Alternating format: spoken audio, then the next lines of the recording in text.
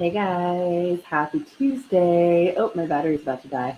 Hopefully it won't for the next couple minutes. I just wanted to share with you a super simple gratitude hack. And this is something you can do literally every single day. It's so simple. I've been thinking about gratitude a lot. It's one of the big topics that we always start off with in the Unleashed Mastermind, which, by the way, doors are still open if you're interested. We're in the practice of really training our brains to start to look for the good instead of always defaulting to looking for the bad. Like as the silly humans that we are, we're so conditioned to look for the bad, and we're really bad at it. So I'm sure many of you already have gratitude practices or have heard of the benefits of it. And yet it's one of those things that I think we kind of know we should do, or we know we could do, but we don't necessarily always stick with it and do it consistently. So there's a lot of different ways you can create sustainable gratitude practices and keep gratitude journals and have accountability buddies and things like that. But the hack I wanted to share with you today is great because you can just use it anytime, anywhere. So here's the hack. So all you have to do is use basically any moment of the day, good or bad or neutral, but especially the bad ones, the quote unquote bad ones, as an opportunity to say thank you. And I'll give you some examples. So I think traditionally when someone is starting to explore gratitude practice or starting to keep a gratitude journal or something, the low-hanging fruit is to think about the things that are positive, right? You're like, I'm so grateful for my new puppy, or I'm so grateful for my family, or I'm so grateful for the support from my partner, or the stability of my job, or something like that, right? We look at kind of these really obvious things that are good, which is great. That's a fantastic starting place. What often happens is maybe you're a couple months into gratitude practice and you're like running out of things to be grateful for, and then you just start recycling a lot of the same things over and over, which is also fine. Repetition is great.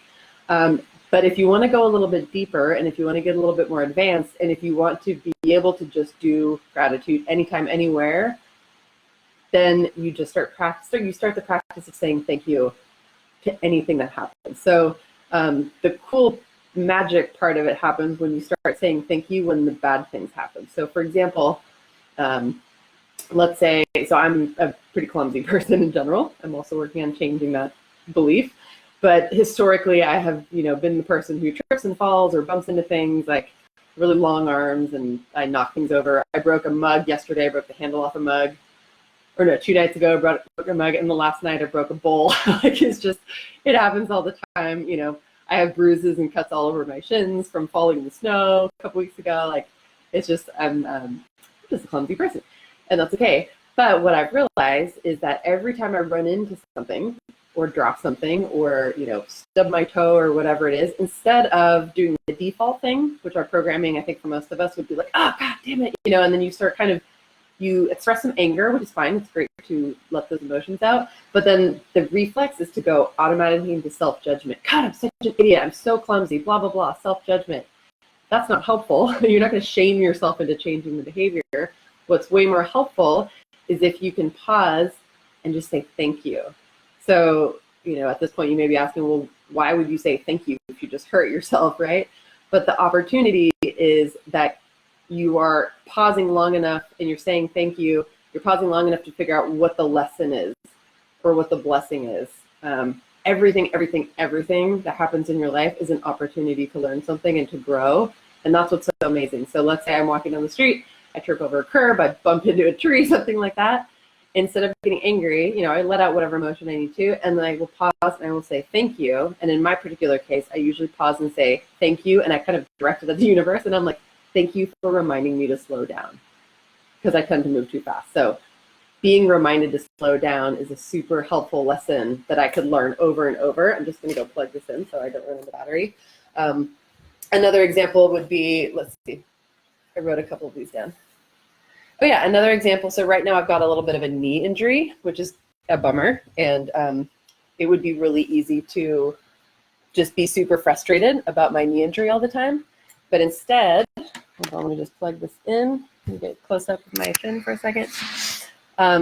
Instead of being bummed about my knee injury, I can choose to see it as an opportunity for something. Okay, so I'm like, what's the lesson here? What am I learning? How is this a growth opportunity? So then I can pause, and there's a million different answers, right? There's not a specific one, but in my case, I might think, okay, I've tweaked my knee 2 months ago.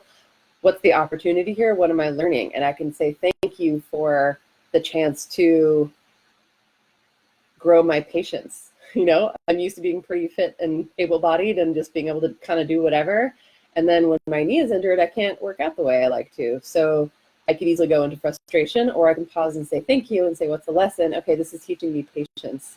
This is teaching me that, right now my priority is to slow down and do whatever I need to do to get the knee sorted, which I've been doing. Next, I'm going in for an MRI tomorrow. I'm getting it handled. And in the meantime, it's also an opportunity to stay committed to fitness, even though it's not easy. Like, I don't know about you, but if you've ever been on a fitness journey, when things are going well, it's really easy to keep the momentum. You're just like in this groove, you keep going, working out, it feels awesome.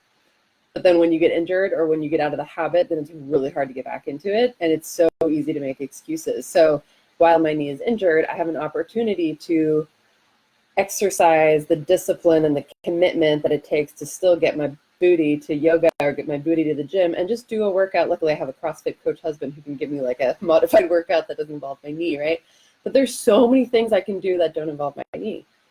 And yet, if I was just immediately going into self-judgment or into excuses, I wouldn't have that opportunity to grow. So knee injury, opportunity to grow and learn and exercise patience and whatever it is. And the list goes on and on and on. If you think of something that you cannot figure out a way to be thankful for, ask me. I'm pretty good at coming up with silver linings of things and finding the blessing and finding the gift and finding the lesson. So definitely something I'm happy to help with. But anyway, that is my tip of the day. Quick gratitude hack. Literally any moment in your life, any experience is a chance to say thank you. And the more you train yourself to say thank you, the more you will be rewiring your brain to think in a more positive, more empowering, more helpful way. And that's going to help you in so many different ways. So I'd love to hear your comments, your thoughts. What's up, Evan? What's up, Francis, Charles, Nicky Bill? You know what I'm talking about with the workout situation, you and your marathons. But anyway, quick gratitude hack. Say thank you in any given moment, even when you hurt yourself, even when something bad happens. Say thank you and then figure out something to be grateful for. That's it for now. Have a great night. Bye.